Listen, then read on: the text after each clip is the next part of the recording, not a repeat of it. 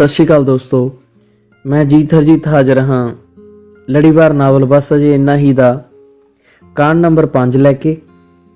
कांड नंबर 5 वे चरागा पिंड लिथोनिया के सुनसान बर्फीले इलाके च किन्ने ही दिनों तो रह रहे सां। मेरा मन उखड़िया रहिंदा, होर पता नहीं किन्ने कुछ दिन राहां च रोलांगे। मैं सोची जांदा पंजाब दे लुधियाने जिले दे पिंड चीमे दे असीं 3 जाणे इस जेल वर्गे टिकाणे जिसनूं असीं मुर्गी खाना आखदे सां विच फसे होए सां। मैं ते मनजीत इकट्ठे तुर रहे सां। डॉक्टर साडे नालों पहलां ग्रुप विच उत्थे आया होया सी। साडे पिंड विच इह गल फैली होई सी, डॉक्टर बलैत चला गया, उत्थे पैसा ते मेमां च खेडदा। असीं देखिया डॉक्टर तां साडे वांग राहां च रुल रिहा सी। डॉक्टर गुरप्रीत झोला छाप डॉक्टर सी, ਉਹਦੀ दुकान चंगी चलदी सी।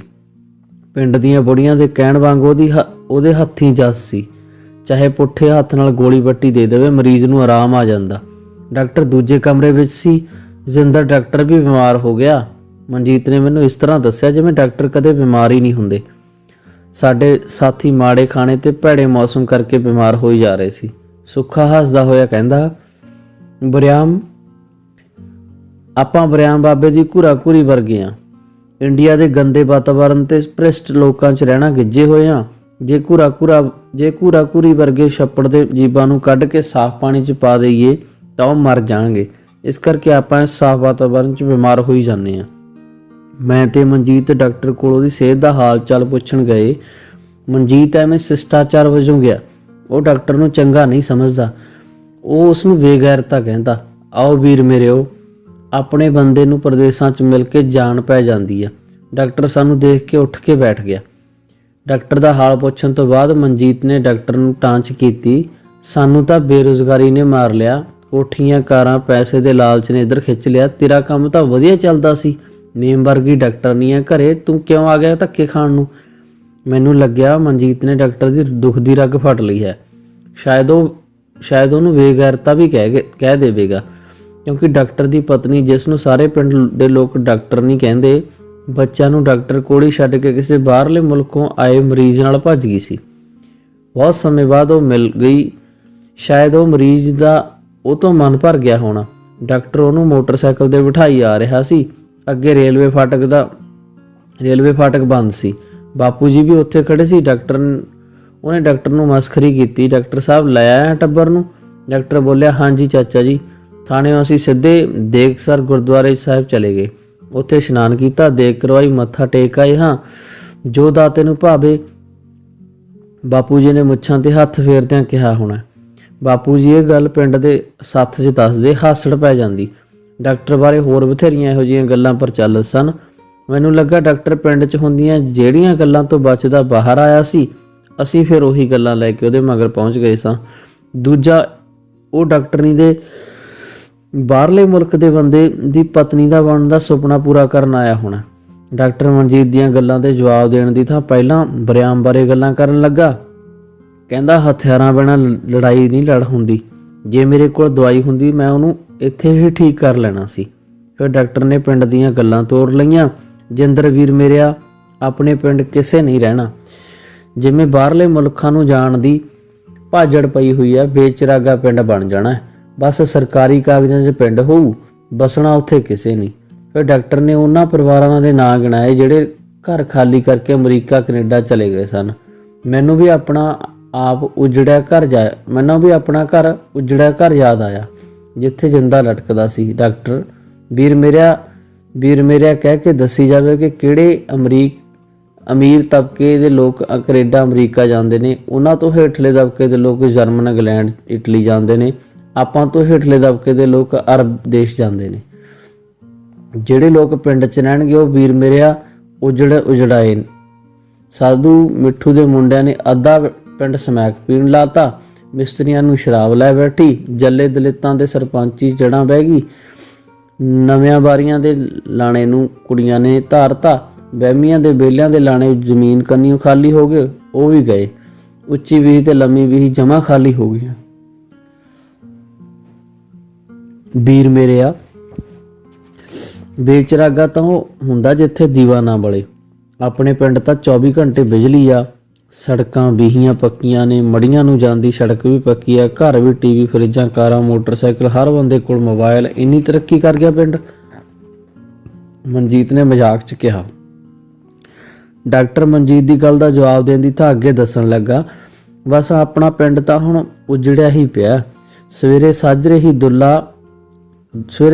ਹੀ ਦੁੱਧ ਵਾਲਾ ਟੈਂਪੂ ਆਉਂਦਾ, ਪਿੰਡ ਦਾ ਦੁੱਧ ਸ਼ਹਿਰ ਲੈ ਜਾਂਦਾ, ਫਿਰ ਸ਼ਹਿਰੋਂ ਸਕੂਲ ਵਾਲੀਆਂ ਵੈਨਾਂ ਆਉਂਦੀਆਂ ਨੇ, ਸਾਰੇ ਪਿੰਡ ਦੇ ਜਵਾਕਾਂ ਨੂੰ ਲੈ ਜਾਂਦੀਆਂ, ਫਿਰ ਬੱਸਾਂ ਆਉਂਦੀਆਂ ਨੇ ਪਿੰਡਾਂ ਦੀਆਂ ਤੀਵੀਆਂ, ਉਹਨਾਂ ਤੇ ਚੜ ਕੇ ਸ਼ਹਿਰ ਚਲੀਆਂ ਜਾਂਦੀਆਂ ਨੇ। ਪਿੰਡ 'ਚ ਕਾਂ ਪੈਂਦੇ ਆ, ਭਾਂ ਕਰਦਾ ਪਿੰਡ। ਡਾਕਟਰ ਮਨਜੀਤ ਦੀ ਗੱਲ ਨਹੀਂ ਮੰਨ ਰਿਹਾ ਸੀ। ਤੱਤੇ ਪਾਣੀਆਂ ਨਾਲ ਘਰ ਨਹੀਂ ਜਲਦੇ ਹੁੰਦੇ। ਮਨਜੀਤ ਇਹਨਾਂ ਕਹਿ ਕੇ ਉੱਠ ਕੇ ਚਲਾ ਗਿਆ। ਮਨਜੀਤ ਦੇ ਜਾਣ ਬਾਅਦ ਡਾਕਟਰ ਨੇ ਸਾਡੇ ਪਿੰਡ ਦੀਆਂ ਗੱਲਾਂ ਤੋੜ ਲਈਆਂ। ਉਹ ਸਾਡੇ ਘਰ ਦੇ ਬਰਬਾਦ ਹੋ ਜਾਣ ਕਾਰਨ ਮੇਰੇ ਨਾਲੋਂ ਵੀ ਜ਼ਿਆਦਾ ਜਾਣਦਾ ਸੀ। ਡਾਕਟਰ ਦੀ ਸਾਰੇ ਪਿੰਡ ਦੇ ਇਕੱਲੇ ਘਰ ਬਾਰੇ ਜਾਣਕਾਰੀ ਤੇ ਮੈਂ ਹੈਰਾਨ ਸਾਂ। ਮੈਂ ਮੰਨੀ ਜਾਂਦਾ, ਮੈਨੂੰ ਮਣੀ ਦੀਆਂ ਯਾਦਾਂ ਨੇ ਘੇਰ ਲਿਆ। ਪਤਾ ਨਹੀਂ ਡਾਕਟਰ ਨੂੰ ਕੀ ਗੱਲਾਂ ਕਰੀ ਜਾ ਰਿਹਾ ਸੀ। ਸਾਨੂੰ ਪਤਾ ਲੱਗਾ ਹੁਣ ਸਾਡੀ ਡੌਂਕੀ ਅੱਗੇ ਜਾਵੇਗੀ। ਸਾਰਿਆਂ ਨੇ ਸੁੱਖ ਦਾ ਸਾਹ ਲਿਆ। ਇੱਥੋਂ ਸਾਨੂੰ ਪੋਲੈਂਡ ਲੈ ਕੇ ਜਾਣਗੇ, ਪੋਲੈਂਡ ਤੋਂ ਜਰਮਨ। ਬਸ ਪਿੱਛੇ ਆਉਂਦਾ, ਮੇਰੀ ਚਾਲ ਵੇਂਦਾ ਆਈ। ਇਹ ਜਾਣਕਾਰੀ ਦੇ ਕੇ ਸੁੱਖਾ ਹੱਸ ਪਿਆ। ਇਹ ਰੂਟ ਅਸੀਂ ਪਹਿਲਾਂ ਵੀ ਕਈ ਵਾਰ ਸੁਣ ਚੁੱਕੇ ਸਾਂ। ਰਾਤ ਨੂੰ ਡੌਂਕਰ ਨੇ ਟਰਾਲਾ ਲਿਆ ਕੇ ਖੜਾ ਕੀਤਾ। ਸਾਰੇ ਖੁਸ਼ ਸਨ। ਸ਼ੁਕਰ ਹੈ ਮੰਜ਼ਿਲ ਵੱਲ ਤੁਰਾਂਗੇ। 70 ਬੰਦੇ ਟਰਾਲੇ ਵਿੱਚ ਤੂੜੀ ਵਾਂਗ ਤੁੰਨ ਦਿੱਤੇ। ਬਾਹਰੋਂ ਲੱਕੜ ਦਾ ਗੇਟ ਬੰਦ ਕਰਕੇ ਜਿੰਦਾ ਲਗਾ ਦਿੱਤਾ। ਦਰਵਾਜ਼ਾ ਬੰਦੇ ਹੁੰਦੇ ਸਰ ਮੇਰਾ ਦਮ ਘੁੱਟਣ ਲੱਗਾ। ਲੱਗਦਾ ਸੀ ਸਾਹ ਹੁਣ ਨਿਕਲਿਆ। ਰਾਹ ਪੱਧਰਾ ਨਹੀਂ ਸੀ। ਜਿੱਧਰ ਨੂੰ ਟਰਾਲਾ ਟੇਢਾ ਹੁੰਦਾ ਉਧਰ ਨੂੰ ਹੀ ਬੰਦੇ ਟੇਢੇ ਹੋ ਕੇ ਇੱਕ ਦੂਜੇ ਤੇ ਡਿੱਗਦੇ। ਟਰਾਲੇ ਦੀ ਲੱਕੜ ਦੀ ਬਾਡੀ ਕੜ ਕਰੇ। ਲੱਗਦਾ ਸੀ ਹੁਣ ਟੁੱਟੀ। ਸਾਰੇ ਬੰਦੇ ਦਹਿਲੇ ਹੋਏ ਸੀ। ਮੈਨੂੰ ਲੱਗ ਰਿਹਾ ਸੀ ਹੁਣ ਨਹੀਂ ਬਚਦੇ। ਸੁੱਖਾ ਗੀਤ ਗਾਉਣ ਲੱਗ ਪਿਆ। ਮੈਂ ਫਸ ਗਈ ਪਤੰਗ ਵਰਗੀ। ਇਹ ਤਾਂ ਅਮਲੀ ਦੇ ਔਤ ਦੇ ਸਾਰੇ। ਭੈਣ ਦਿਓ ਦੁੱਗੋ ਟਰਾਲਾ ਰੋਕੋ, ਕੋਈ ਬੋਲ ਰਿਹਾ ਸੀ। ਉਹ ਮੇਰਾ ਪੈਰ ਮਿੱਧਿਆ ਗਿਆ। ਉਹ ਮੇਰੇ ਗਲ ਤੋਂ ਕੂੜੀ ਚੱਕ ਹੋਏ। ਗੱਡੀ ਰੋਕੋ, ਅਸੀਂ ਮਰ ਗਏ। ਸਾਰੇ ਇੱਕ ਦੂਜੇ ਨੂੰ ਚਿੰਬੜੇ ਖੜੇ ਸੀ। ਡਿੱਗਦੇ ਢਹਿੰਦੇ ਅੱਗੇ ਜਾ ਕੇ ਟਰਾਲਾ ਰੁਕ ਗਿਆ। ਰੇਲਵੇ ਲਾਈਨ ਸੀ। ਲਥੂਨੀਆ ਤੋਂ ਪੋਲੈਂਡ ਵੱਲ ਜਾ ਰਹੀ ਮਾਲ ਗੱਡੀ ਆ ਗਈ। ਬਿਨਾਂ ਸਟੇਸ਼ਨ ਤੋਂ ਹੀ ਰੁਕ ਗਈ। ਸਾਰਿਆਂ ਨੂੰ ਖਾਲੀ ਡੱਬੇ ਵਿੱਚ ਵਾੜ ਦਿੱਤਾ। ਬਾਹਰੋਂ ਜਿੰਦਾ ਲਾ ਕੇ ਸੀਲ ਲਾ ਦਿੱਤੀ। ਮੇਰੀ ਜਾਨ ਨਿਕਲ ਜਾਂਦੀ। ਮੈਂ ਢਢਾਲ ਹੋ ਕੇ ਬਹਿ ਗਿਆ। ਬਾਕੀ ਸਭ ਦਾ ਵੀ ਮਾੜਾ ਹਾਲ ਸੀ, ਜਿਵੇਂ ਮੌਤ ਦੇ ਖੂਹ ਵਿੱਚ ਵੜ ਦਿੱਤਾ ਹੋਵੇ। ਮਨਜੀਤ ਮੇਰਾ ਹੌਸਲਾ ਰਖਾ ਰਿਹਾ ਸੀ। ਕਾਫੀ ਸਮਾਂ ਚੱਲਣ ਤੋਂ ਬਾਅਦ ਟ੍ਰੇਨ ਸੁਨਸਾਨ ਮਸਾਨ ਥਾਂ ਤੇ ਬਿਨਾਂ ਸਟੇਸ਼ਨ ਤੋਂ ਹੀ ਰੁਕੀ। ਸਾਰਿਆਂ ਨੂੰ ਛੇਤੀ ਉਤਾਰਿਆ ਗਿਆ। ਗੱਡੀ ਦੇ ਡੱਬੇ ਨੂੰ ਫਿਰ ਜਿੰਦਾ ਲਾ ਕੇ ਸੀਲ ਲਾ ਦਿੱਤੀ ਗਈ। ਸ਼ਾਇਦ ਲਿਥੂਨੀਆ ਤੋਂ ਪੋਲੈਂਡ ਦਾ ਬਾਰਡਰ ਸੀ। ਜਿਵੇਂ ਡੌਂਕਰਾਂ ਨੇ ਕਿਹਾ, ਅਸੀਂ ਉਹਨਾਂ ਨਾਲ ਆਈਸਟਰੀ ਦੇ ਦਰਖਤਾਂ ਵਿੱਚੋਂ ਬਰਫ਼ ਦੇ ਦੌੜਨ ਲੱਗੇ। ਮੈਂ ਪੈਰ ਵਿੱਚ ਗੜ ਜਾਂਦਾ। ਕਈ ਘੰਟੇ ਨਾਲ ਭੱਜੀ ਗਏ। ਭੱਜਣਾ ਕਾਹਦਾ ਸੀ, ਬਸ ਦੇਹਾਂ ਨੂੰ ਲੈ ਕੇ ਤੁਰ ਰਹੇ ਸਾਂ। ਮੈਂ, ਡਾਕਟਰ ਮਨਜੀਤ, ਹੈਪੀ ਤੇ ਜੱਗੀ ਇਕੱਠੇ ਭੱਜ ਰਹੇ ਸਾਂ। ਡਾਕਟਰਾਂ ਕੋਲ ਰਫਲਾਂ ਸਨ। ਉਹਨਾਂ ਕਿਹਾ, ਪੁਲਿਸ ਦੇ ਹੱਥ ਲੱਗਣ ਨਾਲੋਂ ਮੇਰੀ ਗੋਲੀ ਠੰਡੀ ਕਰ ਦਿਓ, ਜਾਨ ਸੁਖਾਲੀ ਨਿਕਲੂ। ਦਿਲਾਂ ਵਿੱਚ ਇੱਕ ਖਾਸ ਕਿਸਮ ਦਾ ਦਹਿਲ ਸੀ। ਸਭ ਨੂੰ ਆਪੋ ਆਪਣੀ ਜਾਨ ਦਾ ਫਿਕਰ ਸੀ। ਅਸੀਂ ਉੱਚੀ ਥਾਂ ਤੋਂ ਉਤਰ ਰਹੇ ਸਾਂ। ਹਫੇ ਹੋਏ ਪੈਰ ਅੱਗੇ ਪੁੱਟਣਾ, ਉਹ ਬਰਫ਼ 'ਚ ਧੱਸ ਜਾਂਦਾ। ਡਾਕਟਰ ਸਾਹ ਸੱਤ ਹੀ ਹੋਇਆ। ਵੀਰ ਮੇਰਿਆ ਕਹਿ ਕੇ ਕੁਝ ਦੱਸਣ ਲੱਗਾ। ਓਏ ਮਾਰੇ ਗਏ ਵੀਰ, ਮੈਂ ਕਹਿ ਕੇ ਉਹ ਅਗਲੇ ਹੀ ਪਲ ਗਾਇਬ ਹੋ ਗਿਆ। ਉਹ ਖੱਡ ਵਿੱਚ ਡਿੱਗ ਪਿਆ। ਉੱਥੇ ਬਰਫ਼ ਹੇਠ ਦਬ ਗਿਆ। ਇਹ ਕੀ ਹੋ ਗਿਆ? ਅਸੀਂ ਪੂਰੀ ਤਰ੍ਹਾਂ ਡਰ ਗਏ ਸਾਂ, ਕਿਤੇ ਸਾਡਾ ਅਗਲਾ ਕਦਮ ਖੱਡ 'ਚ ਨਾ ਜਾਵੇ। ਸਾਨੂੰ ਇਹੋ ਜਿਹਾ ਰਸਤੇ ਲਿਜਾਇਆ ਜਾ ਰਿਹਾ ਸੀ। ਅੱਖਾਂ ਝਪਕਦੇ ਹੀ ਡਾਕਟਰ ਦਾ ਨਿਸ਼ਾਨ ਮਿਟ ਗਿਆ।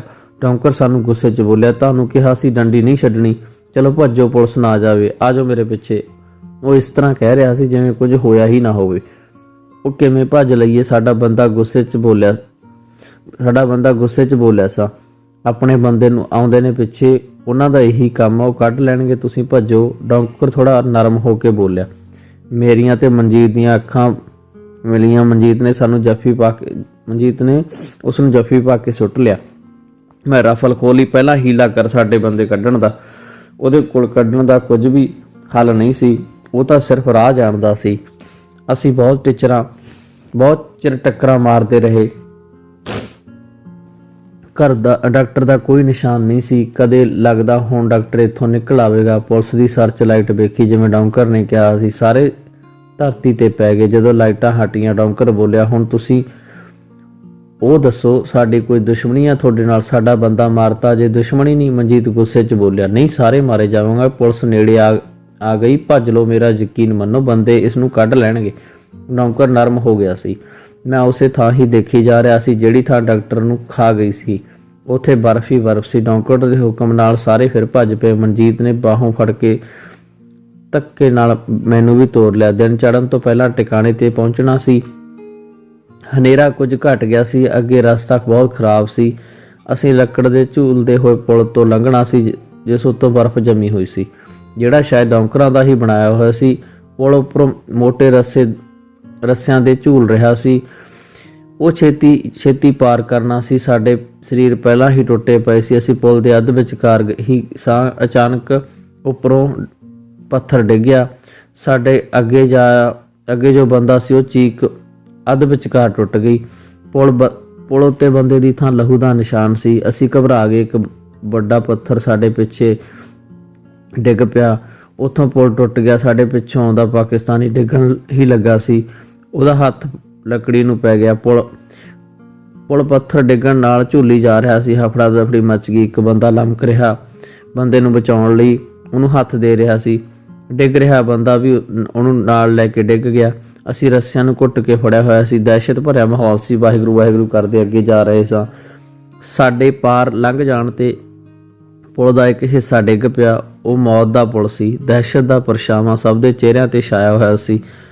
ਉਹ ਸਾਨੂੰ ਟਰਾਲੇ ਕੋਲ ਲੈ ਗਏ। ਥੱਕੇ ਟੁੱਟੇ ਬੰਦਾ ਟਰਾਲੇ ਨੂੰ ਦੇਖ ਕੇ ਖੁਸ਼ ਹੋ ਗਏ, ਜਿਵੇਂ ਘਰ ਦਾ ਖਰੀਦਿਆ ਹੋਵੇ। ਜਦੋਂ ਬੰਦਿਆਂ ਦੀ ਗਿਣਤੀ ਕੀਤੀ, 45 ਜਣੇ ਸੀ। ਬਾਕੀ ਬੰਦਿਆਂ ਦੀ ਥੋੜ੍ਹੀ ਉਡੀਕ ਕੀਤੀ, ਫਿਰ ਟਰਾਲੇ ਨੂੰ ਬਾਹਰੋਂ ਜ਼ਿੰਦਾ ਮਾਰ ਦਿੱਤਾ। ਜਦੋਂ ਟਰਾਲਾ ਤੋੜਨ ਲੱਗੇ, 4-5 ਜਣੇ ਹੋਰ ਭੱਜ ਕੇ ਆ ਰਹੇ ਸਨ। ਟਰਾਲਾ ਰੋਕ ਕੇ ਉਹਨਾਂ ਨੂੰ ਵੀ ਫਿਰ ਚੜ੍ਹਾ ਲਿਆ।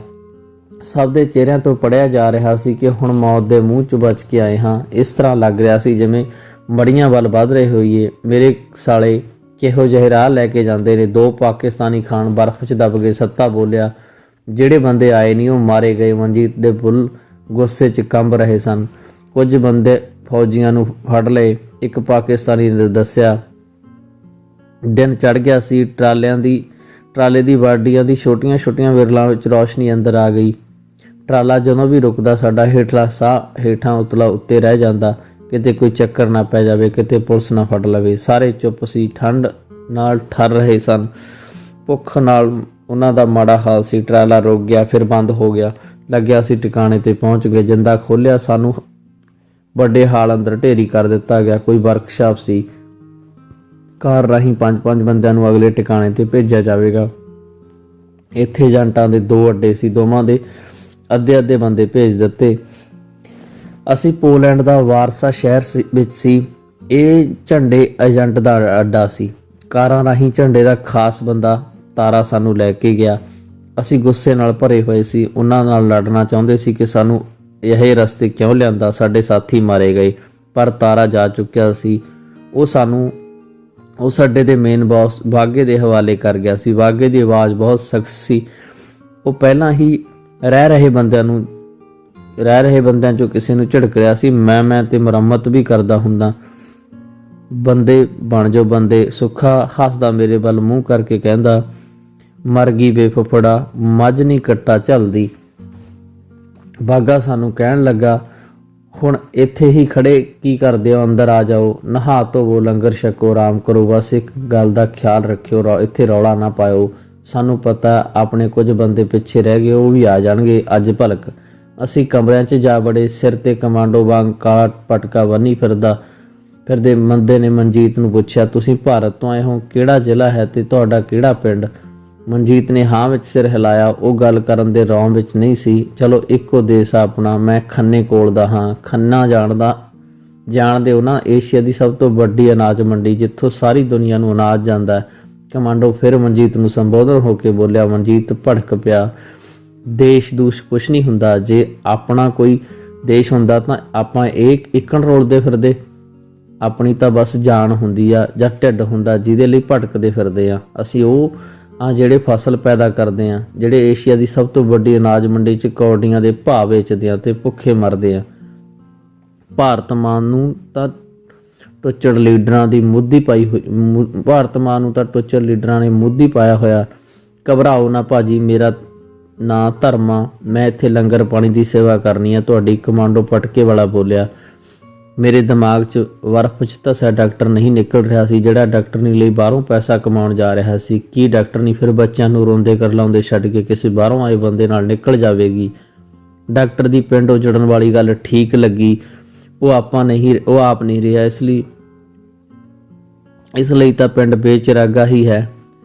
ਆਪ ਮਰੇ ਜੱਗ ਪਰ ਲੋ। ਜਿਵੇਂ ਅਸੀਂ ਜਾਨ ਬਚਾਉਂਦੇ ਫਿਰ ਰਹੇ ਸਾਂ। ਮੈਂ ਸਿੱਟਾ ਕੱਢਿਆ, ਬੰਦਾ ਸਭ ਤੋਂ ਜ਼ਿਆਦਾ ਪਿਆਰ ਆਪਣੀ ਜਾਨ ਨੂੰ ਕਰਦਾ ਹੈ, ਪਰ ਮੈਂ ਮਣੀ ਨੂੰ ਹੀ ਕਰਦਾ। ਮਣੀ ਬਿਨਾ ਮੇਰੇ ਲਈ ਵੀ ਤਾਂ ਪਿੰਡ ਬੇਚਰਾਗਾ ਹੀ ਸੀ। ਬਾਗੇ ਦਾ ਚਿਹਰਾ ਹਰ ਵਕਤ ਤਣਿਆ ਰਹਿੰਦਾ, ਉਹ ਹਰ ਸਮੇਂ ਥਾਣੇਦਾਰ ਬਣਿਆ ਰਹਿੰਦਾ। ਓਏ ਕੀ ਕਾਮਾਂ ਰੌਲੀ ਪਾਈ ਐ, ਕੰਨ ਫੜ ਓਏ, ਮੈਂ ਬੰਦਾ ਹੁਣੇ ਬਣਾ ਦੂੰ। ਬਾਗਾ ਦਫ਼ਤਰ 'ਚੋਂ ਹਨੇਰੀ ਵਾਂਗ ਪੌੜੀਆਂ ਚੜ੍ਹ ਆਇਆ। ਉਹਨੇ ਪੁਲਸੀਆਂ ਵਾਂਗ ਡੰਡਾ ਉਲਾਰਦਿਆਂ ਕਿਹਾ। ਉਹ ਗੁੱਸੇ 'ਚ ਆਪੋ ਬਾਹਰ ਹੋ ਜਾਂਦਾ। ਉਹਨੇ ਹੈਪੀ ਦੇ ਇੱਕ ਡੰਡਾ ਵੀ ਜੜ ਦਿੱਤਾ। ਜੇ ਕੋਈ ਹੁਣ ਬੋਲਿਆ ਬਾਹਰ ਠੰਡ 'ਚ ਕੰਨ ਫੜਾਊਂ, ਸਾਲੇ ਬੰਦੇ ਨਹੀਂ ਬਣਦੇ। ਜੇ ਪੁਲਿਸ ਆ ਗਈ ਫਿਰ ਹੱਥ ਲਾ ਦੇਖੋਗੇ, ਅਗਲਿਆਂ ਨੇ ਚੁੱਕ ਕੇ ਇੰਡੀਆ ਮਾਰਨਾ, ਨਾਲੇ ਸਾਡੀ ਗੇਮ ਖਰਾਬ ਕਰੋਗੇ। ਮੈਂ ਸਾਰੇ ਆਪੋ ਆਪਣੀਆਂ ਗੱਲਾਂ 'ਚ ਰੁੱਝੇ ਹੋਏ ਸਨ। ਇੱਕਦਮ ਸ਼ਾਂਤੀ ਹੋ ਗਈ। ਖੰਖਾਰੂ ਬਾਗੇ ਬਿਨਾਂ ਕੋਈ ਨਹੀਂ ਸੀ ਬੋਲ ਰਿਹਾ। ਲੱਖ ਰੁਪਇਆ ਤੇਰੇ ਡੰਡੇ ਖਾਣ ਨੂੰ ਦਿੱਤਾ, ਪਤਲੇ ਜੇ ਹੈਪੀ ਤੋਂ ਰਿਹਾ ਨਾ ਗਿਆ। ਮੈਂ ਭੈਣ ਤੇਰੀ। ਓਏ ਚੱਲ ਓਏ, ਉੱਠ ਵੱਡਾ ਨਾਡੂ ਖਾਂ, ਕਹਿੰਦਾ ਬਾਗਾ ਹੈਪੀ ਨੂੰ ਬਾਹੋਂ ਫੜ ਕੇ ਘਸੀੜਦਾ ਹੇਠਾਂ ਸਟੋਰ ਵਿੱਚ ਲੈ ਗਿਆ। ਉੱਥੇ ਬੰਦ ਕਰ ਆਇਆ। ਉੱਪਰ ਆ ਕੇ ਬੋਲਿਆ, ਅੱਜ ਦੀ ਰਾਤ ਬੰਦੇ ਬਣ ਕੇ ਕੱਟ ਲਓ, ਕੱਲ ਨੂੰ ਇੱਥੋਂ ਬੰਦੇ ਜਾਣੇ ਨੇ। ਜੇ ਕੋਈ ਬੋਲਿਆ ਦੇਖ ਲਓ, ਮੈਂ ਜਰਮਨੀ ਨਹੀਂ ਜਾਣ ਦੇਣਾ। ਮੈਂ ਪਾਠ ਕਰਨ ਲੱਗਿਆ, ਕਹਿ ਕੇ ਬਾਗਾ ਦਫ਼ਤਰ ਜਾ ਵੜਿਆ। ਥੋੜਾ ਸਮਾਂ ਚੁੱਪ ਰਹਿਣ ਤੋਂ ਬਾਅਦ ਫਿਰ ਗੁਣਗੁਣ ਹੋਣ ਲੱਗੀ। ਫਿਰ ਆਵਾਜ਼ਾਂ ਉੱਚੀਆਂ ਹੋਈਆਂ। ਸੁੱਖਾ ਬੋਲਿਆ, ਇੱਕ ਤੇਰੀ ਜਿੰਦ ਬਦਲੇ ਭੂਆ ਨਹੀਂ, ਸਾਰਾ ਪਿੰਡ ਫਫੜਾਂ ਦੇ ਬਾਜ ਪਿਆ। ਬਾਗਾ ਪਾਠ ਵਿਚਾਲੇ ਛੱਡ ਕੇ ਫਿਰ ਹਨੇਰੀ ਵਾਂਗ ਉੱਪਰ ਆ ਗਿਆ। ਉਹਨੂੰ ਅੱਗ ਬਰੋਲਾ ਦੇਖ ਕੇ ਸਾਰੇ ਚੁੱਪ ਕਰ ਗਏ। ਕੰਜਰੋ, ਤੁਹਾਨੂੰ ਸ਼ਰਮ ਹੈ ਭੋਰਾ? ਮੈਂ ਕੁੱਤਾ ਭੌਂਕਦਾ? ਮੈਂ ਕਿਹਾ ਵਿਚਾਰ ਲਓ, ਜਿਹੜਾ ਬੋਲਿਆ ਉਹਨੂੰ ਸਾਰੀ ਉਮਰ ਇੱਥੇ ਹੀ ਰੱਖੂੰ। ਚਲੋ ਕਰੋ ਲਾਈਟ ਬੰਦ, ਸੋ ਜਾਓ ਸਾਰੇ। ਉਹ ਦਬਕਾ ਮਾਰ ਕੇ ਆਪ ਹੀ ਲਾਈਟ ਬੰਦ ਕਰਕੇ ਪਾਠ ਕਰਨ ਲੱਗਿਆ। ਮੌਤ ਦਾ ਨੰਗਾ ਨਾਚ ਦੇਖ ਕੇ ਨੀਂਦ ਨਹੀਂ ਆਉਂਦੀ। ਜ਼ਹਿਰ ਦੀਆਂ ਗੋਲੀਆਂ ਲਿਆ ਦੇ, ਕੋਈ ਬੋਲਿਆ। ਨਾਨਕ ਦੁਖੀਆ ਸਭ ਸੰਸਾਰ ਯਾਰ ਇਹ ਪਾਠ ਕਰਦਾ, ਫਿਰ ਵੀ ਇਹਦੇ ਮਨ ਨੂੰ ਸ਼ਾਂਤੀ ਨਹੀਂ। ਸੁੱਖਾ ਬੋਲਿਆ, ਮਨਜੀਤ ਪਹਿਲਾਂ ਹੀ ਸੌਂ ਗਿਆ ਸੀ। ਅੱਧੀ ਕੁ ਰਾਤ ਨੂੰ ਉਹਨੂੰ ਪਤਾ ਨਹੀਂ ਸੀ ਕੀ ਡਰਾਉਣਾ ਸੁਪਨਾ ਆਇਆ। ਉਹ ਚੀਕ ਮਾਰ ਕੇ ਉੱਠਿਆ। ਉਸ ਕੋਲ ਪਏ ਸਾਰੇ ਡਰ ਗਏ। ਉਹ ਵੀ ਘਬਰਾ ਕੇ ਉੱਠਿਆ ਸੀ। ਮੈਂ ਉਹਨੂੰ ਪਾਣੀ ਪਿਲਾਇਆ, ਉਹ ਫਿਰ ਸੌਂ ਗਿਆ। ਮੈਂ ਸਾਰੀ ਰਾਤ ਸੌਂ ਨਾ ਸਕਿਆ। ਮਣੀ ਦੀ ਬਹੁਤ ਯਾਦ ਆ ਰਹੀ ਸੀ। ਕਿਵੇਂ ਸਾਡਾ ਪਰਿਵਾਰ ਖੇਰੂ ਹੋ ਗਿਆ। ਕਾਹਦੇ ਲਈ ਘਰ ਆਏ ਹਾਂ? ਇਹ ਸਭ ਕੁਝ ਪਤਾ ਨਹੀਂ ਕੌਣ ਕਰਵਾਈ ਜਾ ਰਿਹਾ। ਜਿਵੇਂ ਟਾਹਣੀਆਂ ਟੁੱਟਾ ਸੁੱਕਾ ਪੱਤਾ ਜਿੱਧਰ ਨੂੰ ਹਵਾ ਚਾਹੁੰਦੀ ਆ ਉਡਾਈ ਫਿਰਦਾ। ਨੇਤਰ ਵੀਰੇ ਹੋਰੀ ਕੈਨੇਡਾ ਕੈਲਗਰੀ ਲੱਖਾਂ ਰੁਪਈਏ ਕਮਾਉਂਦੇ ਨੇ, ਪਰ ਮਨ ਦੀ ਸ਼ਾਂਤੀ ਤਾਂ ਹੈ ਨਹੀਂ ਉਹਨਾਂ ਨੂੰ। ਪਤਾ ਨਹੀਂ ਮਣੀ ਕਿਸ ਹਾਲ 'ਚ ਹੋਊ। ਜੇ ਬਾਗੇ ਨੇ ਬਾਹਰ ਜਾਣ ਦਿੱਤਾ ਤਾਂ ਕੈਨੇਡਾ ਨੂੰ ਫੋਨ ਕਰੂੰਗਾ। ਕੱਲ ਨੂੰ ਮਣੀ ਨਾਲ ਗੱਲ ਕਰਾਂਗੇ। ਜਿੱਥੇ ਅਸੀਂ ਰਹਿ ਰਹੇ ਸਾਂ ਪੋਲੈਂਡ ਦਾ ਵਾਰਸਾ ਸ਼ਹਿਰ ਸੀ। ਸ਼ਹਿਰ ਦੇ ਬਾਹਰ ਘੱਟ ਵਸੋਂ ਵਾਲੇ ਇਲਾਕੇ ਵਿੱਚ 3 ਮੰਜ਼ਲੀ ਇਮਾਰਤ ਸੀ, ਜਿੱਥੇ ਝੰਡੇ ਏਜੰਟ ਦਾ ਅੱਡਾ ਸੀ। ਇੱਥੇ ਏਜੰਟਾਂ ਦੇ 2 ਵੱਡੇ ਅੱਡੇ ਸਨ। ਦੂਜਾ ਅੱਡਾ ਖਾਨ ਏਜੰਟ ਦਾ ਸੀ। ਖਾਨ ਪਾਕਿਸਤਾਨੀ ਏਜੰਟ ਸੀ। ਉਹ ਝੰਡੇ ਦਾ ਪਾਰਟਨਰ ਤੇ ਸਾਡੂ ਸੀ। ਦੋਵੇਂ ਪੋਲੈਂਡ ਦੇ ਪੁਲਿਸ ਅਫਸਰ ਦੀਆਂ ਕੁੜੀਆਂ ਨੂੰ ਵਿਆਹੇ ਹੋਏ ਸੀ। ਅਸੀਂ ਝੰਡੇ ਨੂੰ ਇਸ ਅੱਡੇ ਤੇ ਕਦੇ ਨਹੀਂ ਸੀ ਦੇਖਿਆ। ਉਹਦਾ ਖਾਸ ਬੰਦਾ ਤਾਰਾ ਕਦੀ ਆਉਂਦਾ। ਇੱਥੇ ਸਾਰਾ ਕੰਮ ਬਾਗਾ ਸਾਂਭਦਾ। ਇਸ ਇਮਾਰਤ ਦੇ ਬੇਸਮੈਂਟ ਸਟੋਰ ਵਿੱਚ ਬਾਥਰੂਮ, ਰਸੋਈ ਤੇ ਬਾਗੇ ਦਾ ਕਮਰਾ ਸੀ, ਜਿਸ ਨੂੰ ਦਫ਼ਤਰ ਆਖਦੇ। ਦਫ਼ਤਰ ਵਿੱਚ ਟੈਲੀਫੋਨ ਸੀ, ਜਿਸ ਦੀਆਂ ਘੰਟੀਆਂ ਹਰ ਵੇਲੇ ਵੱਜਦੀਆਂ ਰਹਿੰਦੀਆਂ। ਫੋਨ ਸਿਰਫ ਆਉਂਦਾ ਸੀ, ਜਾਂਦਾ ਨਹੀਂ ਸੀ। ਦਫ਼ਤਰ ਵਿੱਚ ਜਾਣ ਦੀ ਇਜਾਜ਼ਤ ਨਹੀਂ ਸੀ, ਸਿਰਫ ਫੋਨ ਸੁਣਨ ਲਈ ਜਾਇਆ ਜਾ ਸਕਦਾ ਸੀ। ਦਫ਼ਤਰ ਵਿੱਚ ਬਾਗੇ ਦਾ ਬੈੱਡ ਲੱਗਿਆ ਹੋਇਆ ਸੀ। ਉਹਦੇ ਸਿਰਹਾਣੇ ਵਾਲੇ ਪਾਸੇ ਗੁਰੂ ਨਾਨਕ ਦੇਵ ਜੀ ਦੀ ਫੋਟੋ ਵਾਲਾ ਕੈਲੰਡਰ ਲੱਗਿਆ ਹੋਇਆ ਸੀ। ਛੋਟੀ ਜਿਹੀ ਅਲਮਾਰੀ ਸੀ, ਜਿਸ ਵਿੱਚ ਗੁਰਬਾਣੀ ਦਾ ਗੁਟਕਾ ਸੀ, ਜਿਸ ਨੂੰ ਰੁਮਾਲੇ 'ਚ ਲਪੇਟ ਕੇ ਰੱਖਿਆ ਹੋਇਆ ਸੀ, ਜਿਸ ਤੋਂ ਬਾਗਾ ਸਵੇਰੇ ਸ਼ਾਮ ਪਾਠ ਕਰਦਾ ਸੀ। 2-3 ਉਧਰਲੀ ਭਾਸ਼ਾ ਦੀਆਂ ਕਿਤਾਬਾਂ ਸਨ। ਸਵੇਰੇ ਹੀ ਬਾਗਾ ਹੱਥ 'ਚ ਡੰਡਾ ਫੜ ਕੇ 3 ਗੇੜੇ ਮਾਰ ਗਿਆ ਸੀ, ਪਰ ਉਹ ਬੋਲਿਆ ਕੁਝ ਵੀ ਨਹੀਂ ਸੀ। ਅੱਖਾਂ ਕੱਢ ਡਰਾ ਰਿਹਾ ਸੀ। ਉਹਦੇ ਜਾਣ ਬਾਅਦ ਕਲੇਸ਼ੀਆ ਕਹਿ ਕੇ ਸੁੱਖਾ ਹੱਸਣ ਲੱਗਾ। ਧਰਮਾ ਸਿਰ ਤੇ ਕਮਾਂਡੋ ਵਾਂਗ ਪਟਕਾ ਬੰਨੀ ਚਾਹ ਦਾ ਲੰਗਰ ਵਰਤਾਉਣ ਲੱਗਾ। ਸਾਨੂੰ ਕੀ ਸੁੱਖ ਹੋਏ ਗੁਆਂਢ ਭਰਜਾਈ ਦਾ, ਮਾਰ ਮਾਰ ਫੂਕਾਂ ਹੋਏ ਚੁੱਲ੍ਹੇ 'ਚ ਮਰ ਜਾਈਦਾ। ਲਿਆ ਵੀਰ ਹੋਰ ਪਾ ਚਾਹ, ਇਹ ਤਾਂ ਫਾਇਦਾ ਹੋਣਾ ਚਾਹੀਦਾ ਸਾਡੇ ਵੀਰ ਦਾ, ਸੁੱਖਾ ਬੋਲਿਆ। ਚਾਹ ਦਾ ਲੰਗਰ ਵਰਤਾ ਕੇ ਧਰਮਾ ਆਪਣਾ ਚਾਹ ਦਾ ਗਲਾਸ ਲੈ ਕੇ ਸਾਡੇ ਕੋਲ ਆ ਕੇ ਬੈਠ ਗਿਆ। ਇਹ ਏਜੰਟ ਵੀ ਭੈਣ ਦੇ ਪੂਰੇ ਕੁੱਤੇ ਹੁੰਦੇ ਨੇ। ਮੈਲੇ ਕੱਪੜਿਆਂ ਵਾਲਾ ਧਰਮਾ ਦੁਖੀ ਹੋਇਆ ਪਿਆ ਸੀ। ਤੁਸੀਂ ਵੀ ਜਰਮਨ ਜਾਣਾ? ਮੈਂ ਪੁੱਛਿਆ। ਨਾ ਹੋਰ, ਮੈਂ ਇੱਥੇ ਮਾਤਾ ਦੀ ਮਿੱਟੀ ਕੱਢਣ ਆਇਆ। ਉਹ ਇਸ ਤਰ੍ਹਾਂ ਭੜਕਿਆ ਜਿਵੇਂ ਉਹਦੀ ਦੁਖਦੀ ਰਗ ਤੇ ਹੱਥ ਲੱਗ ਗਿਆ ਹੋਵੇ। ਮਾਫ਼ ਕਰਨਾ ਵੀਰੇ, ਮੈਂ ਸੋਚਿਆ ਕਿਤੇ ਲਾਂਗਰੀ ਦੀ ਨੌਕਰੀ ਕਰਦਾ। ਕੱਲ੍ਹ ਆਟੇ ਦੀਆਂ ਬੋਰੀਆਂ ਢੋਂਦਾ ਸੀ। ਮੈਂ ਕਿਹਾ ਨੌਕਰੀ ਕਰਨੀ ਆ? ਇਸ ਨਰਕ 'ਚ ਸਾਲ ਹੋਣ ਵਾਲਾ, ਰਾਹ 'ਚ ਰੁਲਦੇ ਨੂੰ ਏਜੰਟ ਨੂੰ ਪੈਸੇ ਦਿੱਤੇ ਸੀ ਅਮਰੀਕਾ ਜਾਣ ਦੇ। ਮੇਰੇ ਸਾਲੇ ਨੇ ਲਿਆ ਕੇ ਕੀ ਬੁਲਾਤਾ। ਕੀ ਤੋਂ ਤੁਹਾਡੇ ਵਾਂਗ ਰੋਲ ਖੋਲ ਕੇ ਇੱਥੇ ਆ ਗਿਆ। ਅਮਰੀਕਾ ਭੇਜਣ ਵਾਲਾ ਏਜੰਟ ਪੈਸੇ ਲੈ ਕੇ ਭੱਜ ਗਿਆ। ਹੁਣ ਘਰੇ ਦੁਬਾਰਾ ਪੈਸੇ ਭੇਜਣ ਨੂੰ ਕਿਹਾ। ਬਾਪੂ ਝੰਡੇ ਦੇ ਅੰਮ੍ਰਿਤਸਰ ਵਾਲੇ ਘਰ ਦੇ ਪੈਸੇ ਦੇ ਕੇ ਆਊ ਤਾਂ ਜਾਵਾਂਗੇ। ਲਾਂਗਰੀ ਦਾ ਕੰਮ ਤਾਂ ਇਸ ਕਰਕੇ ਕਰ ਲਈਦਾ, ਰਸੋਈ 'ਚ ਖੁੱਲ੍ਹਾ ਖਾਣ ਨੂੰ ਮਿਲ ਜਾਂਦਾ, ਨਾਲੇ ਪੁੰਨ ਨਾਲੇ ਫਲੀਆਂ। ਮੈਂ ਸੋਚਣ ਲੱਗਾ ਇੱਥੇ ਹਰ ਬੰਦਾ ਬੰਦੇ ਦੀ ਵੱਖਰੀ ਕਹਾਣੀ ਹੈ। ਇਸ ਅੱਡੇ 'ਤੇ ਜਿੰਨੇ ਪੁਰਾਣੇ ਬੰਦੇ ਫਸੇ ਬੈਠੇ ਸੀ ਉਹ ਸਾਰੇ ਪੈਸਿਆਂ ਕਰਕੇ ਹੀ ਅੜੇ ਹੋਏ ਸੀ। ਉਂਝ ਝੰਡੇ ਦਾ ਡੌਂਕੀ ਸਾਫ਼ ਸਮਝੀ ਜਾਂਦੀ ਸੀ। ਤਾਰਾ ਏਜੰਟ ਅੱਡੇ 'ਤੇ ਆਇਆ। ਉਹਨੇ ਲਿਸਟ ਕੱਢਦੇ ਹੋਏ ਕਿਹਾ, ਸਾਈਂ ਅੱਜ 5 ਬੰਦੇ ਜਾਣੇ ਨੇ। ਸਭਨਾਂ ਨੇ ਕੰਨ ਚੁੱਕ ਲਏ ਕਿ ਅੱਜ ਕਿਸ ਦੀ ਕਿਸਮਤ ਜਾਗੇਗੀ। ਤਾਰਾ ਬੋਲਿਆ, ਜ਼ਿੰਦਰ, ਸੁਖਵੀਰ ਸਿੰਘ, ਸੁੱਖਾ, ਮਨਜੀਤ ਸਿੰਘ, ਹਰਪ੍ਰੀਤ, ਹੈਪੀ। ਚਲੋ ਬਈ ਹੋਵੋ ਤਿਆਰ। 5ਵਾਂ ਏ ਧਰਮਾ। ਸਾਈਂ ਧਰਮਾ, ਲਾ ਇਹ ਕਮਾਂਡੋ ਵਾਲੇ ਕੱਪੜੇ, ਸੇਵ ਕਰ, ਜੈਂਟਲਮੈਨ ਬਣ ਜਾ, ਤੇਰੀ ਪੇਮੈਂਟ ਆ ਗਈ। ਸਾਈਂ ਆ ਬਲਵੀਰ ਕੌਣ ਆ? ਦੇਖ ਸਾਈਂ, ਪੇਮੈਂਟ ਕਰਵਾ ਛੇਤੀ, ਨਿਕਲ ਇੱਥੋਂ ਮੁਫਤ ਨਾ ਅੰਨ ਨਾ ਪਾੜਨ ਲੱਗਿਆ ਹੋਇਆ। ਫਿਰ ਨਾ ਕਹੀਂ ਮੈਨੂੰ ਪੇਮੈਂਟ ਕਰਾਉਣੀ ਆਉਂਦੀ ਆ। ਤੇਰੀ ਲਾਸ਼ ਵੀ ਪਿੰਡ ਨਹੀਂ ਪਹੁੰਚਣੀ। ਸਾਈਂ ਤਾਰੇ ਨੇ ਅੱਖਾਂ ਕੱਢਦਿਆਂ ਕਿਹਾ। ਤਾਰੇ ਨੇ ਹੋਰ ਕਿੰਨੇ ਹੀ ਨਾ ਬੋਲੇ ਜਿਨ੍ਹਾਂ ਦੀ ਪੇਮੈਂਟ ਰੁਕੀ ਹੋਈ ਸੀ। ਉਹਨਾਂ ਨੂੰ ਧਮਕਾਇਆ। ਪੇਮੈਂਟ ਪਿੱਛੇ ਕਿੱਥੇ ਕੁਟਾਪਾ ਵੀ ਹੁੰਦਾ, ਬੰਦੇ ਨੂੰ ਸਟੋਰ 'ਚ ਬੰਦ ਕਰ ਦਿੰਦੇ ਆ। ਤਾਰਾ ਦਫ਼ਤਰ 'ਚ ਜਾ ਬੈਠਿਆ, ਬਾਗੇ ਨਾਲ ਗੱਲਾਂ ਕਰਨ ਲੱਗਾ। ਸਾਨੂੰ 5 ਨੂੰ ਤਿਆਰ ਕਰਕੇ ਤਾਰਾ ਕਾਰ 'ਚ ਰੇਲਵੇ ਸਟੇਸ਼ਨ 'ਤੇ ਲੈ ਕੇ ਪਹੁੰਚ ਗਿਆ। ਉੱਥੇ ਇੱਕ ਮਧਰੇ ਜਿਹੇ ਕੱਦ ਦਾ ਮਰੀਅਲ ਜਿਹਾ ਬੰਦਾ, ਤਾਰੇ ਨੇ ਸਾਡੀ ਬਾਗਡੋਰ ਉਹਦੇ ਹੱਥ ਫੜਾ ਦਿੱਤੀ ਤੇ ਸਾਨੂੰ ਕਿਹਾ, ਨਿੱਕੂ ਇਹਨੂੰ ਅਗਲੇ ਟਿਕਾਣੇ 'ਤੇ ਪਹੁੰਚਾਊ। ਬਾਗੇ ਦੀ ਕੈਦ 'ਚ ਆਜ਼ਾਦ ਹੋਏ ਸਾਂ। ਵਾਰਸ਼ਾ ਸ਼ਹਿਰ ਦੀਆਂ ਇਮਾਰਤਾਂ ਉੱਪਰ ਬਰਫ਼ ਪਈ ਹੋਈ ਸੀ। ਸ਼ਹਿਰ 'ਚ ਗੋਰੇ ਗੋਰੀਆਂ ਇਸ ਤਰ੍ਹਾਂ ਫਿਰ ਰਹੇ ਸਨ ਜਿਵੇਂ ਠੰਡ ਦਾ ਉਹਨਾਂ 'ਤੇ ਕੋਈ ਅਸਰ ਹੀ ਨਾ ਹੋਵੇ। ਸੁੱਖੇ ਨੇ ਇੱਕ ਮੇਮ ਵੱਲ ਇਸ਼ਾਰਾ ਕੀਤਾ ਜਿਹੜੀ ਖੂਬਸੂਰਤ ਸੀ। ਉਹ ਬੈਂਚ 'ਤੇ ਬੈਠੀ ਕਿਤਾਬ ਪੜ੍ਹ ਰਹੀ ਸੀ। ਇੱਕ ਅੰਗਰੇਜ਼ ਉਸ ਕੋਲ ਪਿਆ ਸੀ।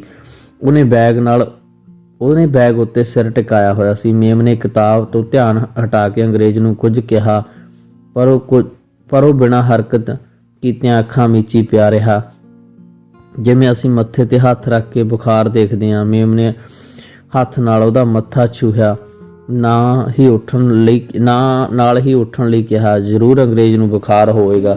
ਉਹ ਇਸ ਤਰ੍ਹਾਂ ਪਿਆ ਰਿਹਾ। ਮੇਮ ਨੇ ਉਹਦੀ ਬਾਂਹ ਫੜ ਕੇ ਹਿਲਾਈ।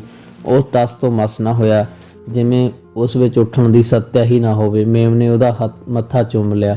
ਉਹ ਉੱਠ ਕੇ ਬੈਠ ਗਿਆ। ਸੁੱਖਾ ਮੇਰੇ ਕੂਹਣੀ ਮਾਰ ਕੇ ਹੱਸਿਆ, ਯਾਰ ਆਪਾਂ ਤਾਂ ਬੁਖਾਰ ਹੋਏ ਤੇ ਐਵੇਂ ਟੀਕਾ ਟੂਆ ਲਵਾ ਕੇ ਪੁੜੇ ਪੜਵਾ ਲੈਂਦੇ ਆ। ਆਹ ਤਾਂ ਵਧੀਆ ਹੀ ਇਲਾਜ ਆ। ਮੈਨੂੰ ਮਣੀ ਨਾਲ ਬਿਤਾਏ ਉਹ ਪਲ ਯਾਦ ਆਏ। ਦਿਲ 'ਚ ਇੱਕ ਚੀਸ ਉੱਠੀ। ਟ੍ਰੇਨ ਵਾਰਸਾ ਰੇਲਵੇ ਸਟੇਸ਼ਨ 'ਤੇ ਰੁਕੀ। ਓਏ ਭੱਜ ਲੋ ਸਾਲਿਓ, ਨਿੱਕੂ ਚੀਕਿਆ। ਅਸੀਂ ਥੋੜ੍ਹਾ ਡਰ ਗਏ ਕਿਤੇ ਪੁਲਿਸ ਆ ਗਈ। ਜਦੋਂ ਅਸੀਂ ਤੇਜ਼ ਤੁਰਨ ਲੱਗੇ, ਨਿੱਕੂ ਸਾਥੋਂ ਪਿੱਛੇ ਰਹਿ ਗਿਆ। ਸਾਲੇ ਹੌਲੀ ਮਰ ਜੋ, ਫਸਣਾ ਹੈ। ਨਿੱਕੂ ਫਿਰ ਚੀਕਿਆ। ਸਾਨੂੰ ਨਿੱਕੂ 'ਤੇ ਗੁੱਸਾ ਆਇਆ। ਉਹ ਗੱਲ 'ਤੇ ਗਾਲ ਕੱਢ ਰਿਹਾ ਸੀ। ਜਦੋਂ ਅਸੀਂ ਟ੍ਰੇਨ 'ਤੇ ਚੜ੍ਹ ਗਏ, ਨਿੱਕੂ ਪਤਾ ਨਹੀਂ ਕਿੱਥੇ ਅਲੋਪ ਹੋ ਗਿਆ। ਸਾਡੇ ਕੋਲ ਟਿਕਟਾਂ ਵੀ ਨਹੀਂ, ਬੌਂਦਲਿਆਂ ਵਾਂਗ ਗੱਡੀ ਵਿੱਚ ਫਿਰ ਰਹੇ ਸਾਂ। ਫਿਰ ਸੀਟ 'ਤੇ ਬੈਠ ਗਏ। ਅਸੀਂ ਸੋਚਦੇ ਸਾਂ ਨਿੱਕੂ ਕਿਸੇ ਹੋਰ ਡੱਬੇ 'ਚ ਹੋਣਾ, ਉਹਨੇ ਆ ਜਾਣਾ, ਪਰ ਉਹ ਆਇਆ ਨਾ। ਟੀਟੀ ਆ ਗਿਆ, ਟਿਕਟਾਂ ਚੈੱਕ ਕਰਨ ਲੱਗਿਆ। ਅਸੀਂ ਇਸ ਤਰ੍ਹਾਂ ਬੈਠ ਗਏ ਜਿਵੇਂ ਕਬੂਤਰ ਬਿੱਲੂ ਨੂੰ ਦੇਖ ਕੇ ਅੱਖਾਂ ਮੀਚ ਲੈਂਦਾ। ਸ਼ਾਇਦ ਸਾਨੂੰ ਸੁੱਤੇ ਦੇਖ ਟੀਟੀ ਲੰਘ ਜਾਵੇ, ਪਰ ਉਹ ਸਾਡੇ ਸਿਰ 'ਤੇ ਆ ਖੜਿਆ। ਮਨਜੀਤ ਬੋਲਿਆ, ਪੈਸੇ ਕੱਢੋ, ਨਹੀਂ ਇਹ ਪੁਲਿਸ ਨੂੰ ਫੜਾ ਦੂ। ਉਹ ਟ੍ਰੇਨ ਜਰਮਨ ਦੇ ਸ਼ਹਿਰ ਬਰਲਿਨ ਜਾਂਦੀ ਸੀ। ਅਸੀਂ ਉੱਥੇ ਦੀਆਂ ਟਿਕਟਾਂ ਨਹੀਂ ਲੈ ਸਕਦੇ ਸਾਂ ਕਿਉਂਕਿ ਸਾਡੇ ਕੋਲ ਪਾਸਪੋਰਟ ਨਹੀਂ ਸੀ। ਅਸੀਂ ਪੋਲੈਂਡ ਦਾ ਸ਼ਹਿਰ ਪਨਜਾਨ ਦੀਆਂ ਟਿਕਟਾਂ ਲੈ ਲਈਆਂ। ਪਨਜਾਨ ਸ਼ਹਿਰ ਉਤਰ ਕੇ ਅਸੀਂ ਝੰਡੇ ਦੇ ਅੱਡੇ 'ਤੇ ਫੋਨ ਲਾਇਆ। ਬਾਗਾ ਕਹਿੰਦਾ ਮੈਂ ਕਰਦਾ ਤੇ ਤਾਰਾ ਜੀ ਨਾਲ ਗੱਲ। ਮੈਨੂੰ ਉਹਦੇ ਮੂੰਹੋਂ ਜੀ ਸੁਣਨਾ ਬਹੁਤ ਓਪਰਾ ਲੱਗਿਆ। ਸਟੇਸ਼ਨ 'ਤੇ ਬਹੁਤ ਭੀੜ ਸੀ। ਅਸੀਂ ਡਰੇ ਹੋਏ ਸਾਂ ਕਿਤੇ ਫੜੇ ਨਾ ਜਾਈਏ। ਸ਼ਹਿਰ ਦੀਆਂ ਉੱਚੀਆਂ ਇਮਾਰਤਾਂ ਨੂੰ ਦੇਖਦੇ ਅਸੀਂ ਚੋਰਾਂ ਵਾਂਗ ਫਿਰ ਰਹੇ ਸਾਂ। ਅਸੀਂ 2 ਟੋਲੀਆਂ ਬਣਾ ਲਈਆਂ, ਜਿਵੇਂ ਜ਼ਿਆਦਾ ਬੰਦਿਆਂ ਦੇ ਦਫਾ 144 ਲੱਗੀ ਹੋਵੇ। ਠੰਡ ਨਾਲ ਕੁਲਫੀ ਜੰਮਦੀ ਸੀ। ਸਟੇਸ਼ਨ ਤੇ ਫਿਰਦੇ ਲੋਕ ਸਾਡੇ ਵਾਲ, ਰੰਗ ਤੇ ਪਹਿਰਾਵੇ ਵੱਲ ਹੋਰ ਤਰ੍ਹਾਂ ਦੇਖ ਰਹੇ ਸਨ, ਜਾਂ ਸਾਨੂੰ ਲੱਗ ਰਿਹਾ ਸੀ ਸਾਡੇ ਚਿਹਰਿਆਂ ਤੇ ਇੱਕ ਰੰਗ ਆਉਂਦਾ ਇੱਕ ਜਾਂਦਾ। ਅਸੀਂ ਡੌਂਕਰਾਂ ਨੂੰ ਗਾਲਾਂ ਕੱਢਦੇ ਹੁਣ ਚਾਹੁੰਦੇ ਸਾਂ ਕੋਈ ਡੌਂਕਰ ਆਵੇ ਤੇ ਸਾਨੂੰ ਇਸ ਭਾਵਜਲਤ ਵਾਰ ਲੰਘਾਵੇ। ਇੱਕ ਬੰਦਾ ਆਇਆ, ਉਹਨੇ ਪੁੱਛਿਆ, ਇੰਡੀਅਨ? ਉਸਦੇ ਪੁੱਛਣ ਤੋਂ ਅੰਦਾਜ਼ੇ ਤੋਂ ਸਾਡਾ ਚਿਹਰਾ ਖਿੜ ਗਿਆ। ਅਸੀਂ ਹਾਂ ਵਿੱਚ ਸਿਰ ਹਿਲਾਇਆ, ਜਿਵੇਂ ਮਰ ਰਿਹਾ ਨੂੰ ਸੰਜੀਵਨੀ ਮਿਲ ਗਈ ਹੋਵੇ। ਉਹ 5 ਬੰਦੇ ਹੋਰ ਲੈ ਆਇਆ। ਉਹ ਖਾਨ ਏਜੰਟ ਦੇ ਬੰਦੇ ਸਨ। ਉਹਨਾਂ ਵਿੱਚੋਂ 2 ਪਾਕਿਸਤਾਨੀ, 3 ਭਾਰਤੀ ਸੀ। ਉਹ ਸਾਨੂੰ ਇੱਕ ਮਕਾਨ ਵਿੱਚ ਲੈ ਗਿਆ। ਰਾਤ ਨੂੰ ਉਹ ਡੌਂਕਰ ਟੈਕਸੀਆਂ ਲੈ ਕੇ ਆ ਗਿਆ। ਅਸੀਂ 5 ਜਣੇ ਉਹਨਾਂ ਵਿੱਚ ਸਵਾਰ ਹੋ ਗਏ। ਟੈਕਸੀਆਂ ਬਰਫੀਲੇ ਰਸਤਿਆਂ ਨੂੰ ਮਿਲਦੀਆਂ ਲੰਮੇ ਦਰਖਤਾਂ ਕੋਲ ਚਲੀਆਂ ਗਈਆਂ ਜੋ ਨਹਿਰ ਦੇ ਕੰਢੇ ਸਨ। ਉੱਥੇ ਪਹੁੰਚ ਕੇ ਸਾਨੂੰ ਉਤਾਰ ਦਿੱਤਾ। ਨਹਿਰ ਦੇ ਦੂਜੇ ਪਾਸੇ ਜਰਮਨ ਸੀ।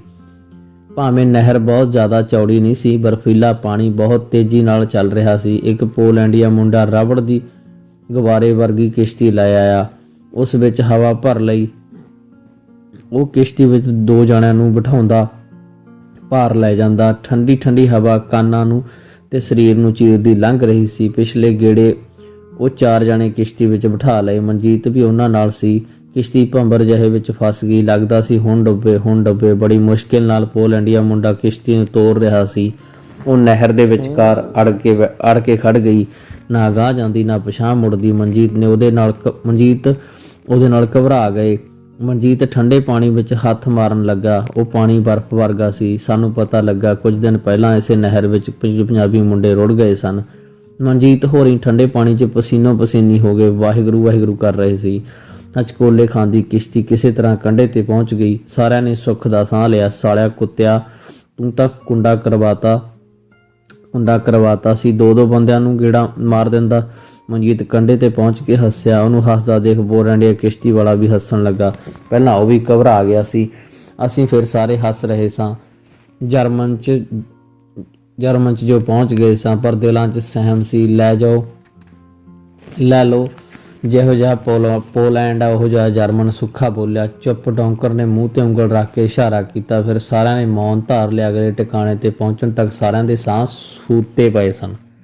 ਸੜਕ ਦੇ ਕਿਨਾਰੇ ਖੜੇ ਅਸੀਂ ਡੌਂਕਰ ਦੇ ਇਸ਼ਾਰੇ ਦੀ ਉਡੀਕ ਕਰਨ ਲੱਗੇ। ਦੂਰੋਂ ਸਰਚ ਲਾਈਟ ਦਿਖਾਈ ਦਿੱਤੀ। ਸਾਰੇ ਭੈਭੀਤ ਹੋ ਗਏ। ਥੋੜ੍ਹੀ ਦੇਰ ਬਾਅਦ ਇੱਕ ਬੰਦ ਜਿਹੀ ਵੈਨ ਤੇਜ਼ੀ ਨਾਲ ਸਾਡੇ ਕੋਲ ਆ ਕੇ ਰੁਕੀ। ਡੌਂਕਰ ਨੇ ਇਸ਼ਾਰਾ ਕੀਤਾ। ਅਸੀਂ ਉਸ ਵੈਨ 'ਚ ਚੜ੍ਹ ਗਏ। ਵੈਨ ਅਜੇ 1 ਕਿਲੋਮੀਟਰ ਹੀ ਗਈ ਹੋਵੇਗੀ। ਪੁਲਿਸ ਦੀਆਂ ਗੱਡੀਆਂ 4 ਚੁਫੇਰਿਓਂ ਘੇਰ ਲਿਆ। ਆਫ ਮਾਖਣ, ਦਰਵਾਜ਼ਾ ਖੋਲ੍ਹੋ ਕਹਿ ਕੇ ਵੈਨ ਦੀ ਬਾਡੀ ਦੇ ਡੰਡੇ ਮਾਰਨ ਲੱਗੇ। ਡਰਾਈਵਰ ਨੇ ਦਰਵਾਜ਼ਾ ਖੋਲ੍ਹ ਦਿੱਤਾ। ਤਿੱਖੀ ਲਾਈਟ ਵੈਨ 'ਚ ਮਾਰੀ। ਸਭਨਾਂ ਨੂੰ ਹੇਠਾਂ ਉਤਾਰ ਲਿਆ। ਪੁਲਿਸ ਵਾਲੇ ਨੇ ਪੁੱਛਿਆ, ਨੈਸ਼ਨਲਿਟੀ? ਅਸੀਂ ਬੁਰੀ ਤਰ੍ਹਾਂ ਡਰ ਗਏ ਸਾਂ। ਸਭ ਨੇ ਪਾਕਿਸਤਾਨੀ ਹੀ ਕਿਹਾ। ਤਾਰੇ ਏਜੰਟ ਨੇ ਸਮਝਾਇਆ ਵੀ ਸੀ, ਸਾਈਂ ਜੇਕਰ ਫੜੇ ਗਏ, ਰੱਬ ਨਾ ਕਰੇ ਤੁਹਾਡੇ ਕੋਲੋਂ ਨੀਕੀ ਹੋ ਜਾਵੇ, ਤਾਂ ਇੰਡੀਅਨ ਨਹੀਂ ਕਹਿਣਾ ਕਿ ਉਹ ਪਾਕਿਸਤਾਨੀ ਆ।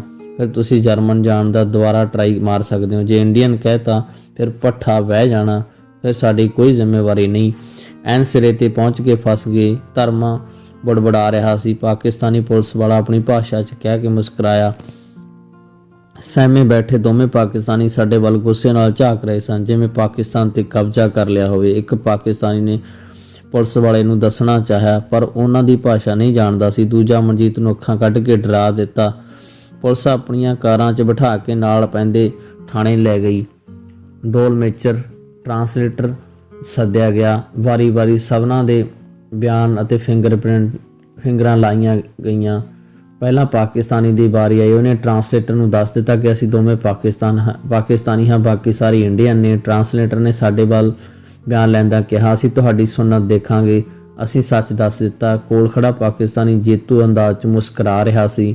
ਸਾਰੀ ਕਾਗਜ਼ੀ ਕਾਰਵਾਈ ਕਰਕੇ ਜਰਮਨ ਪੁਲਿਸ ਨੇ ਪੋਲੈਂਡ ਪੁਲਿਸ ਨੂੰ ਸੌਂਪ ਦਿੱਤਾ। ਸਾਨੂੰ ਪੋਲੈਂਡ ਦੇ ਬਾਰਡਰ ਤੋਂ ਫੜਿਆ ਗਿਆ ਸੀ। ਪੋਲੈਂਡ ਦੇ ਬਾਰਡਰ ਤੇ ਪੁਲਿਸ ਵੈਨ ਵਿੱਚ ਸਾਨੂੰ ਬਹੁਤ ਚਿਰ ਬਿਠਾਈ ਰੱਖਿਆ। ਫਿਰ ਪੁਲਿਸ ਵਾਲੇ ਬੰਦੇ ਵੈਨ 'ਚ ਬਿਠਾ ਕੇ ਨਾਲ ਲੱਗਦੇ ਸ਼ਹਿਰ ਕੋਟ ਲੈ ਗਏ, ਜਿੱਥੇ ਸਾਨੂੰ ਸਜ਼ਾ ਹੋਣੀ ਸੀ।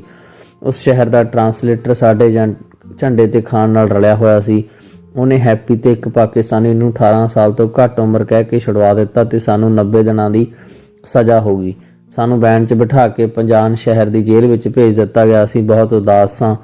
ਸੁੱਖਾ ਜੇਲ੍ਹ ਅੰਦਰ ਵੜਦਾ ਗਿੱਚੀ 'ਚ ਹੱਥ ਫੇਰਦਾ ਬੋਲਿਆ, ਮਰਦੀ ਨੇ ਅੱਕ ਚੱਬਿਆ ਨੀ ਮੈਂ ਛੜੇ ਜੇਠ ਨਾਲ ਲਾਈਆਂ। ਮੈਂ ਸੋਚ ਰਿਹਾ ਸੀ ਭਾਵੇਂ ਮੈਂ ਕੋਈ ਗੁਨਾਹ ਤਾਂ ਨਹੀਂ ਕੀਤਾ, ਪਰ ਫਿਰ ਵੀ ਹੇ ਰੱਬਾ ਮਣੀ ਨੂੰ ਪਤਾ ਨਾ ਲੱਗੇ ਮੈਨੂੰ ਕੋਈ ਸਜ਼ਾ ਹੋਈ ਆ। ਦੋਸਤੋ, ਇਹ ਸੀ ਕਾਂਡ ਨੰਬਰ 5 ਤੇ 6। ਅਗਲੀ ਵਾਰ ਕਾਂਡ ਨੰਬਰ 7 ਲੈ ਕੇ ਹਾਜ਼ਰ ਹੋਵਾਂਗਾ। ਨਾਵਲ ਤੁਹਾਨੂੰ ਕਿਸ ਤਰ੍ਹਾਂ ਦਾ ਲੱਗ ਰਿਹਾ, ਇਹਦੇ ਬਾਰੇ ਆਪਣੀ ਪ੍ਰਤੀਕਰਮ ਜ਼ਰੂਰ ਦਿਓ। ਤਦ ਤੱਕ ਲਈ ਪਿਆਰ ਭਰੀ ਸਤਿ ਸ਼੍ਰੀ ਅਕਾਲ। ਚੌਹਾਨ ਇੰਟਰਟੇਨਮੈਂਟ ਤੁਹਾਡਾ ਆਪਣਾ, ਤੁਹਾਡੇ ਲਈ।